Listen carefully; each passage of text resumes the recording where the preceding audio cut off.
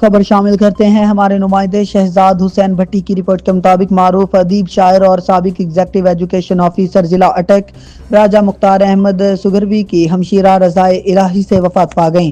مرحومہ حاجی راجہ محمد یوسف کی اہلیہ اور راجہ تنویر یوسف اور راجہ توقیر یوسف کی والدہ تھیں۔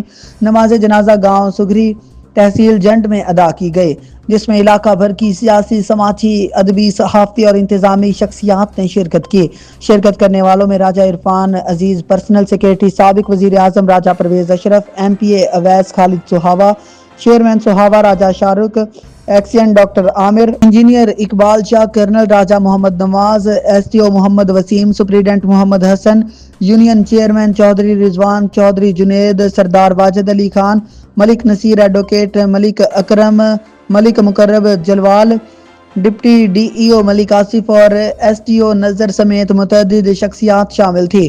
بعد ازاں تعزیت کے لیے آنے والوں میں ایم پی اے ملک اعتبار خان، وفاقی سیکریٹری ملک شہریار خان، سابق تحصیل ناظم سردار منظر امیر خان، چودھری ارشد، نائب تحصیلدار ملک نثار، صاحبزادہ جمیل، سینئر صحافی ضمیر حیدر اور کالم نگار اقبال زرکاش بھی شامل تھے۔